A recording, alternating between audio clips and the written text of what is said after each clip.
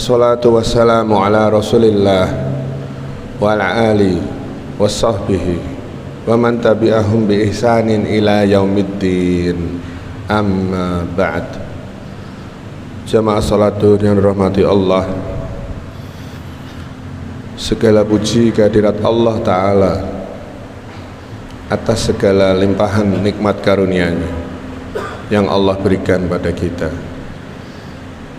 Kita tidak repot untuk cari mata, beli lidah, beli paru-paru, beli jantung, beli ginjal, beli spare part tangan kanan atau tangan kiri. Kita tidak minta, tapi Allah kasih lengkap. Kadang-kadang Allah kehendaki yang lain, tapi Allah berikan bonus pahala di baliknya apabila ia sabar. Karena dari itu tidak ada alasan bagi kita untuk tidak bersyukur kepada Allah Ta'ala dan memuji Allah Ta'ala. Dan sholawat serta salam kita haturkan bagi junjungan kita Nabi Muhammad sallallahu alaihi wasallam, yang mana risalah yang beliau bawa Allah perintahkan sholat, dan perinciannya ada di dalam hadis Rasulullah sallallahu alaihi wasallam. Maka akan terdengar aneh saat seorang yang bingung ia berkata, cukuplah Quran saja, tidak ada sunah-sunahan. Naudzubillah. Orang yang seperti ini berarti dia tidak pernah tahu cara dia sholat itu dari mana. Karena jamaah sholat yang dirahmati Allah sekalian, kaum muslimin baik di barat dan di timur, utara dan selatan, melaksanakan sholat yang 5 waktu beserta jumlahnya hanyalah bisa didapatkan dari hadis-hadis, yaitu sunnah-sunnah beliau Nabi Muhammad sallallahu alaihi wasallam.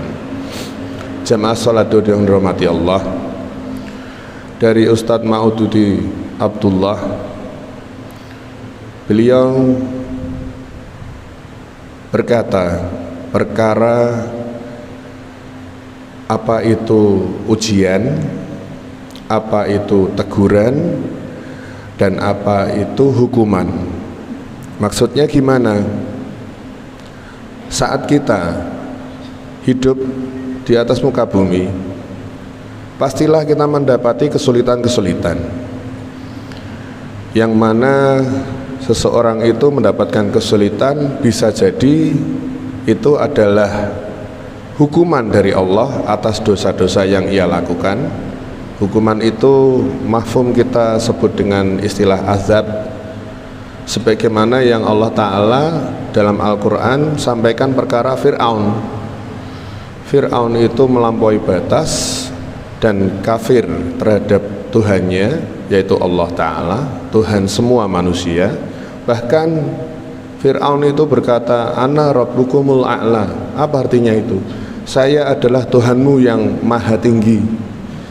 Seorang manusia yang namanya Fir'aun, Allah abadikan dalam Al-Quran berkata bahwa aku adalah Tuhanmu yang maha tinggi. Dan itu bukan isapan jempol, karena Allah yang nyatakan dalam Al-Quran. Maka diazablah Fir'aun ini dan orang-orang yang semacamnya, orang-orang yang melampaui batas, yang tidak mau bertobat kepada Allah Subhanahu wa Ta'ala. Yang kedua, teguran, sebagaimana yang Allah abadikan dalam peristiwa Nabi Yunus, sehingga kita akhirnya kenal dengan doa Nabi Yunus yang sering kita ucapkan, dan oleh para ulama disyariatkan untuk memperbanyak doa ini, yaitu doa La ilaha illa anta subhanaka inni kuntu minadh dhalimin. Tiada Tuhan selain Engkau ya Allah, Maha suci Engkau, sesungguhnya aku termasuk orang-orang yang zalim. karena Nabi Yunus yang kurang bersabar, padahal beliau seorang nabi, meninggalkan kaumnya yang dalam keadaan bermaksiat pada Allah. Sepeninggal Nabi Yunus, ternyata kaumnya mau beriman kepada Allah Ta'ala, tapi Nabi Yunus terlanjur pergi meninggalkan kaumnya. Maka Allah tegur Nabi Yunus alaihissalam, ditelan ikan bulat-bulat hingga dalam kegelapan yang bertumpuk-tumpuk, dan dalam perut ikan itulah Nabi Yunus Allah berikan taufik untuk mengetahui kesalahannya, sehingga beliau Nabi Yunus alaihissalam berdoa, la ilaha illa anta subhanaka inni kuntu minadh dhalimin. Ulama menerangkan secara rinci, apabila kita merasa terhimpit, merasa sesak, merasa sempit, maka perbanyaklah doa Nabi Yunus ini, la ilaha illa anta subhanaka inni kuntu minadh dhalimin. Diulang-ulang terus sampai Allah angkat kesempitan yang kita rasakan. Yang selanjutnya sebagai ujian, kenaikan tingkat. Ujian orang-orang beriman adalah cobaan dari Allah Ta'ala yang Allah berikan, yang mana seseorang itu tidak akan mencapai derajat yang mulia di sisi Allah kecuali Allah berikan cobaan yang ia dapat. Maka dari itu, untuk memudahkan urusan kita, kita disyariatkan untuk memperbanyak zikrullah dan juga istighfar. Agar apa? Agar rizki kita, perkara pahala dan perkara dunia itu Allah berikan kemudahan.